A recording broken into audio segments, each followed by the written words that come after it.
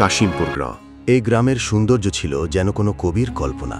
তাল গাছের সারি আকাশের পানে দাঁড়িয়ে থাকত, সকালে কুয়াশা ধানের খেতে পাতলা চাদর বিছিয়ে দিত, আর সন্ধ্যায় পাখির কলতানে গ্রামের বাতাস মুখরিত হতো।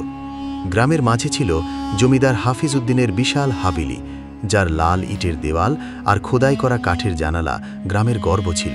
হাবেলির উঠানে আম, জাম আর কাঁঠালের গাছ ছায়া দিত, আর একটি পুকুরে পদ্ম ফুটত, যার পাপড়িতে শিশির জমে থাকত। পুকুরের পাশে একটি ছোট মসজিদ ছিল, যার মিনার থেকে আজানের ধ্বনি গ্রামের প্রতিটি ঘরে পৌঁছত। হাফিজ উদ্দিন ছিলেন গ্রামের সবচেয়ে সম্মানিত ব্যক্তি। তার দানশীলতা আর ন্যায় বিচারের জন্য তিনি সুদূর গ্রামেও পরিচিত ছিলেন। তার সাদা দাড়ি আর গভীর চোখে ছিল জীবনের অভিজ্ঞতা। তিনি প্রতিদিন সকালে মসজিদে নামাজ পড়তেন, আর গ্রামের মানুষের দুঃখ কষ্ট শুনে তাদের পাশে দাঁড়াতেন। তার একমাত্র কন্যা মেহেজাবিন ছিল গ্রামের রূপকথা। মেহেজাবিনের চোখ ছিল কাজল কালো, যেন রাতের আকাশে তারা ঝলমল করছে। তার চুল ছিল ঘন কালো রেশমের মতো, যা বাতাসে উড়লে মনে হতো কোনো কবিতার পংক্তি। তার হাসি ছিল এমন যে গ্রামের যুবকরা তার দিকে তাকালে হৃদয়ে ঝড় উঠত। তার সৌন্দর্য ছিল যেন চাঁদের আলো, যা সবাইকে মুগ্ধ করত। কিন্তু এই সৌন্দর্যের পেছনে ছিল একটি দুর্বলতা, তার চরিত্র। মেহেজাবিনের হৃদয় ছিল অস্থির, তার মন ছিল অধৈর্য, আর তার ইচ্ছা ছিল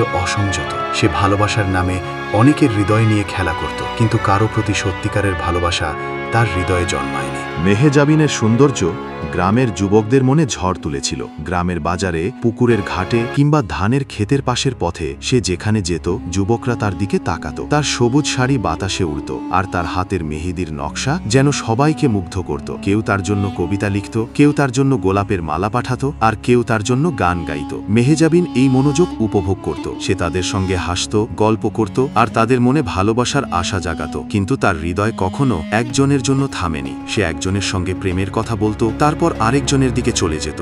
গ্রামের মানুষ তার এই স্বভাব নিয়ে ফিসফাস করত, কিন্তু হাফিজ উদ্দিনের সম্মানের ভয়ে কেউ মুখ খুলত না। হাফিজ উদ্দিন তার মেয়ের এই স্বভাব সম্পর্কে কিছুটা জানতেন। তিনি তাকে বারবার বোঝাতেন, মেহেজাবিন, হৃদয় নিয়ে খেলা করা পাপ, আল্লাহ সব দেখেন। একটি সৎ পথ বেছে নাও, আর তোমার জীবনকে আল্লাহর পথে চালাও। মেহেজাবিন তার বাবার কথা হেসে উড়িয়ে দিত। সে বলতো, আব্বা, আমি তরুণী, আমার জীবন আমার মতো করে বাঁচব। তার কথায় হাফিজ উদ্দিনের হৃদয়ে দুশ্চিন্তা জাগত, কিন্তু তিনি আশা করতেন একদিন তার মেয়ে সঠিক পথে ফিরবে। একদিন গ্রামে এলো রফিক, একজন সুদর্শন যুবক। রফিক ছিল গ্রামের স্কুলের শিক্ষক, যার কথায় ছিল জ্ঞানের আলো, আর হৃদয়ে ছিল আল্লাহর প্রতি অটুট ভক্তি। তার হাসি ছিল সরল, আর তার কথায় ছিল আন্তরিকতা। তার সাদা পাঞ্জাবি আর মাথার টুপি তাকে গ্রামের মানুষের কাছে আলাদা করে তুলেছিল। মেহেজাবিন রফিকের প্রতি আকৃষ্ট হল। রফিকও মেহেজাবিনের সৌন্দর্যে মুগ্ধ হল, কিন্তু তার হৃদয় ছিল সততা। সে মেহেজাবিনকে বলল, আমি তোমাকে ভালোবাসি, কিন্তু আমি চাই আমাদের ভালোবাসা আল্লাহর পথে হোক। আমি তোমাকে বিয়ে করতে চাই সবার সম্মতিতে। মেহেজাবিন হাসল,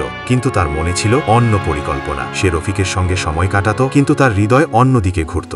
যখন গ্রাম ঘুমে ডুবেছিল আর পদ্মার নদীতে চাঁদের আলো ঝিকমিক করছিল, মেহেজাবিন গোপনে রফিকের সঙ্গে বিয়ে করল। তারা গ্রামের মসজিদের পাশে একটি ছোট মন্দিরে গিয়ে কাজী ডেকে বিয়ে সম্পন্ন করল। মেহেজাবিনের মনে ছিল উত্তেজনা, কিন্তু তার হৃদয় ছিল অস্থিরতা। রফিক তাকে বলল, মেহেজাবিন, আমরা এখন স্বামী স্ত্রী। আমি তোমাকে সবসময় ভালোবাসবো আল্লাহর পথে। আমরা একসঙ্গে সুখী হব। মেহেজাবিন হাসল, কিন্তু তার মনে ছিল একটি শূন্যতা। সে ভাবল, এই বিয়ে কি আমার জন্য যথেষ্ট? আমার হৃদয় কেন এত অস্থির? কিছুদিন পরে বিয়ের খবর গ্রামে ছড়িয়ে পড়ল। হাফিজ উদ্দিনের হৃদয় ভেঙে গেল। তিনি মেহেজাবিনকে হাভেলির উঠানে ডেকে বললেন, তুমি আমার একমাত্র মেয়ে। আমি তোমাকে এত ভালোবাসায়, এত যত্নে বড় করেছি, আর তুমি আমাকে লুকিয়েই কাজ করলে। আমার সম্মান তুমি মাটিতে মিশিয়ে দিলে। মেহেজাবিন মাথা নিচু করল, কিন্তু তার চোখে অনুতাপ ছিল না। সে বলল, আব্বা, আমি রফিককে ভালোবাসি। আমি আমার জীবন নিজের মতো করে বাঁচতে চাই। হাফিজ উদ্দিন দীর্ঘশ্বাস ফেললেন। তার চোখে ছিল ব্যথা। তিনি বললেন, আল্লাহর পথে চলো, নইলে তুমি হারিয়ে যাবে। এই সময় গ্রামের আরেক যুবক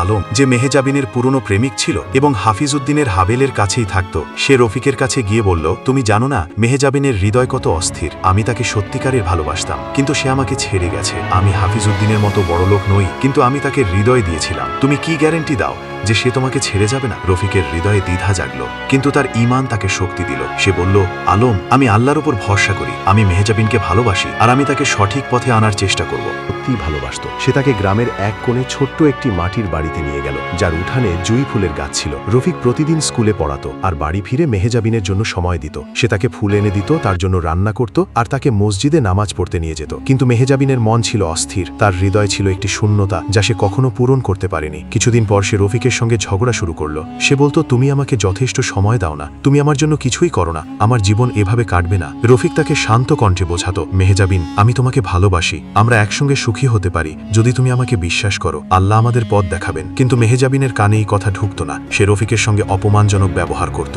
তার কথা উপেক্ষা করত এবং তাকে তালাক দেওয়ার হুমকি দিত। একদিন গ্রামের বাজারে মেহেজাবিনের দেখা হলো সেলিমের সঙ্গে। সেলিম ছিল একজন ব্যবসায়ী যার মিষ্টি কথা আর আকর্ষণীয় ব্যক্তিত্ব মেহেজাবিনের মন জয় করল। তার চকচকে জুতো, দামি পোশাক আর মুখের হাসি মেহেজাবিনকে মুগ্ধ করল। সে গোপনে সেলিমের সঙ্গে প্রেম শুরু করল। তারা লুকিয়ে দেখা করত, পুকুরের ঘাটে, ধানের ক্ষেতের পাশে কিংবা রাতের অন্ধকারে গ্রামের বাঁশঝাড়ের কাছে। মেহেজাবিনের হৃদয় আবার অস্থির হয়ে উঠল। সে ভাবল, সেলিম আমাকে সুখ দেবে, রফিকের জীবন আমার জন্য নয়। সে রফিকের কাছে গিয়ে বলল, আমি আর তোমার সঙ্গে থাকতে পারবো না, আমি তালাক চাই। রফিকের হৃদয় ভেঙে গেল, কিন্তু সে শান্ত কণ্ঠে বলল, মেহেজাবিন, তুমি যদি সত্যিই চাও আমি তোমাকে মুক্তি দেব, কিন্তু মনে রেখো আল্লাহ সব দেখেন, তুমি যে পথে যাচ্ছ তা তোমাকে ধ্বংসের দিকে নিয়ে যাবে। এক রাতে যখন গ্রামে তারার আলো ঝকঝক করছিল, মেহেজাবিন গোপনে সেলিমের হাত ধরে পালিয়ে গেল। তারা গ্রাম ছেড়ে শহরে চলে গেল, যেখানে সেলিম তাকে একটি ছোট বাড়িতে রাখল। শহরের উজ্জ্বল আলো, ব্যস্ত রাস্তা আর নতুন জীবন মেহেজাবিনের কাছে প্রথমে মুগ্ধকর মনে হলো, কিন্তু রফিক ভেঙে পড়ল। তার হৃদয় ছিল অসহ্য ব্যথা। সে প্রতিদিন মসজিদে গিয়ে দোয়া করত, ইয়া আল্লাহ, আমার হৃদয়ে শান্তি দাও। সে হাফিজ উদ্দিনের কাছে গিয়ে বলল, আমি মেহেজাবিনকে আমার সব দিয়েছি, কিন্তু সে আমাকে ছেড়ে গেছে, আমি কি করব? হাফিজ উদ্দিন দীর্ঘশ্বাস ফেলে বললেন, আমি তোমাকে বলেছিলাম রফিক, আমি আমার মেয়েকে এত ভালোবাসায় বড় করেছি, কিন্তু সে আমাকেও ছেড়ে গেছে। তার হৃদয়ে শান্তি নেই আর সে কখনো শান্তি পাবে না। শহরে মেহেজাবিন ও সেলিমের জীবন শুরুতে মধুর মনে হলো। সেলিম তাকে দামি শাড়ি, গহনা আর রেস্তোরাঁয় খাওয়াত, কিন্তু কিছুদিন পর সেলিমের আসল চরিত্র প্রকাশ পেল। সে মেহেজাবিনের সঙ্গে খারাপ ব্যবহার শুরু করল। সে তাকে অপমান করত, চিৎকার করত এবং একদিন মারধর করে বাড়ি থেকে তাড়িয়ে দিল। মেহেজাবিনের কোনো পথ ছিল না। তার সৌন্দর্য তখনও ছিল, কিন্তু তার হৃদয় ভেঙে গিয়েছিল। সে ভেবেছিল সেলিম তাকে সুখ দেবে, কিন্তু তার স্বপ্ন ভেঙে চুরমার হয়ে গেল। লজ্জায় সে তার বাবার কাছে ফিরতে পারল না। সে ভাবল, রফিক আমাকে ক্ষমা করবে, আমি তার কাছে ফিরে যাব। রফিকের বাড়িতে গেল, কিন্তু সেখানে তাকে জানানো হলো যে রফিক হৃদরোঘাতে মারা গেছে। তার মৃত্যুর কারণ ছিল মেহেজাবিনের বিশ্বাসঘাতকতার ব্যথা। রফিকের একজন বন্ধু, যিনি তার মৃত্যুর সাক্ষী ছিলেন, মেহেজাবিনকে দেখে বললেন, তুমি যা করেছো তার ফল তুমি পেয়েছো। চরিত্রহীন মানুষ কখনো সুখী হয় না, আল্লাহর বিচার থেকে কেউ পালাতে পারে না। মেহেজাবিনের চোখে অশ্রু ঝরল, কিন্তু তার হৃদয়ে তখনও অনুতাপ জাগেনি। তারপর থেকে মেহেজাবিনের জীবন অন্ধকারে ডুবে গেল। সে গ্রামে থাকতে পারল না। লজ্জা আর অপমানে সে গ্রাম ছেড়ে চলে গেল। কিন্তু রাতের অন্ধকারে যখন সে একা পথে হাঁটত, তখন মাঝে মাঝে তার মনে হতো রফিকের আত্মা তার সাথে দেখা করতে আসে। এক রাতে পদ্মার তীরে, যেখানে তারা একসাথে গান শুনত, সে যেন রফিকের ছায়া দেখল। একটি মৃদু কণ্ঠে রফিক বলল, মেহেজাবিন, আমার সাথে এমন কেন করলে? আমি তোমাকে সত্যিকারের ভালোবেসেছিলাম, আমি কখনো ভাবিনি তুমি আমার সাথে এমন করবে। মেহেজাবিন কাঁপতে কাঁপতে চারপাশে তাকালো, কিন্তু কেউ ছিল না। তার হৃদয়ে ভয় জাগলো আর সে কাঁদতে কাঁদতে বলল, রফিক, আমাকে ক্ষমা কর। কিন্তু কণ্ঠে মিলিয়ে গেল আর মেহেজাবিন আবার একা হয়ে গেল। এই ঘটনা বারবার ঘটত, পুকুরের ঘাটে, বাঁশের ঝাড়ের কাছে কিংবা ধানের ক্ষেতের পাশে। প্রতিবার রফিকের কণ্ঠে তাকে বলতো, আমার সাথে এমন কেন করলে? মেহেজাবিনের হৃদয় ভারী হয়ে উঠত, কিন্তু সে তার পথ বদলাতে পারল না। মেহেজাবিনের যাওয়ার কোনো গন্তব্য ছিল না। সে পথের ভিখারি হয়ে গেল। তার সৌন্দর্য মলিন হয়ে গেল। তার চোখে আর আগের ঝলক ছিল না। তার হৃদয় ছিল শুধু শূন্যতা আর রফিকের কণ্ঠের প্রতিধ্বনি। গ্রামের মানুষ মেহেজাবিনের গল্প নিয়ে আলোচনা করত। তারা বলতো, সৌন্দর্য যদি হৃদয় না থাকে তবে তা অর্থহীন। আল্লাহর পথে চললে হৃদয় কখনো হারায় না। হাফিজ উদ্দিন তার মেয়ের জন্য দোয়া করতেন, কিন্তু তার হৃদয়ে ছিল অসীম ব্যথা। তিনি বলতেন, ইয়া আল্লাহ, আমার মেয়েকে হেদায়েত দাও। কিন্তু মেহেজাবিনের জন্য কোনো পথ খুলনি। তার জীবন হয়ে উঠল একটি শিক্ষা, চরিত্রই মানুষের সত্যিকারের সম্পদ, আর আল্লাহর পথ ছেড়ে গেলে শান্তি হারিয়ে যায়। গ্রামের পদ্মার তীরে, যেখানে একদিন মেহেজাবিন ও রফিক হাত ধরে হাঁটত, সেখানে এখন শুধু নীরবতা।